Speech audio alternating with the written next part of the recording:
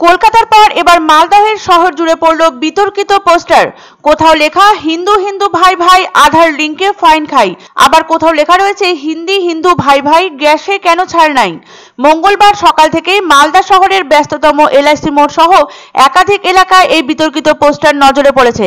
পোস্টারের নিচে লেখা রয়েছে পশ্চিমবঙ্গ তৃণমূল কংগ্রেস আইটি ও সোশ্যাল মিডিয়া শাখা। তবে কে বা কারা এই পোস্টার লাগিয়েছে তা এখনো প্রকাশ্যে আসেনি। পাশাপাশি তৃণমূলের আইটি সেলের পক্ষ থেকেও তা স্পষ্ট করা হয়নি। এদিকে বিতর্কিত পোস্টার ঘিরে উঠতে শুরু করেছে একাধিক প্রশ্ন। কেন্দ্রীয় বঞ্চনার জেরেই কি তাহলে এই পোস্টার? উঠছে এই প্রশ্ন। আর এই নিয়ে শুরু হয়েছে রাজনৈতিক তরজা। বিজেপিকে দেখে সোশ্যাল মিডিয়ায় নকল করছে তৃণমূল। এক একটা লোকসভা কেন্দ্রের মধ্যে প্রায় 40,000 থেকে 50,000 ভুয়ো ভোটার রয়েছে। 2026 সালে নির্বাচন কমিশন আধার লিঙ্ক করবে, তার ফলে ভুয়ো ভোটার ধরা পড়বে। এই জন্যই হয়তো তৃণমূল এইসব কাজ করছে, এমনটাই অভিযোগ বিজেপির। পাল্টা এই বিষয়ে তৃণমূলের বক্তব্য, কে বা কারা পোস্টার লাগিয়েছে তা তাদের জানা নেই, যেটা স্বচ্ছ সেটা তুলে ধরাই তাদের কাজ। বিষয়টি খতিয়ে দেখছে পুলিশ। 26-এর বিধানসভা নির্বাচন যত এগিয়ে আসছে ততই বাড়ছে হিন্দু মুসলিম রাজনৈতিক তরজা। বিজেপির সরাসরি হিন্দুত্ব প্রচারের জবাব দিতে এবার ময়দানে নেমে পড়ল তৃণমূল কংগ্রেস। সকাল থেকে বিভিন্ন এলাকা ঢাকা পড়ল হলুদ পোস্টারে। হিন্দুত্বের পাল্টা পোস্টারে শহর ছেয়ে দিল তৃণমূল।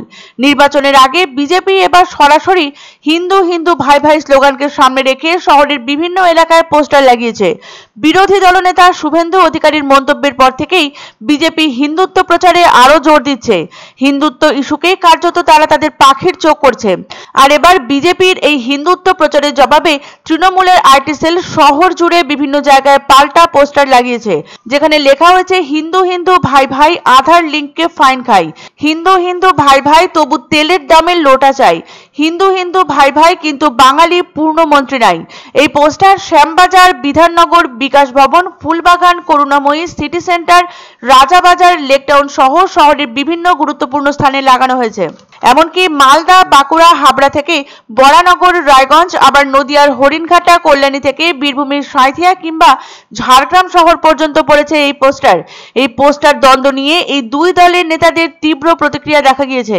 রাজনৈতিক বিশ্লেষকদের মতে সমস্ত ইস্যুকে এবারের ভোটে ছাপিয়ে যেতে পারে ধর্ম ইস্যু।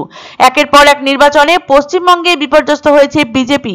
গত লোকসভা নির্বাচনে পশ্চিমবঙ্গে বিজেপির একাধিক আসন হাতছাড়া হয়েছে। 2019-এর লোকসভা নির্বাচনে এ রাজ্য থেকে বিজেপি 18টি আসন দখল করেছিল। 2024-এর লোকসভা নির্বাচনে তা কমে দাঁড়িয়েছে 12টি।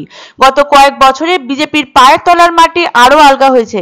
রাজ্যের বেশ কয়েকটি বিধানসভা কেন্দ্র যা বিজেপির দখলে ছিল, উপনির্বাচনে তা তৃণমূল দখল করেছে।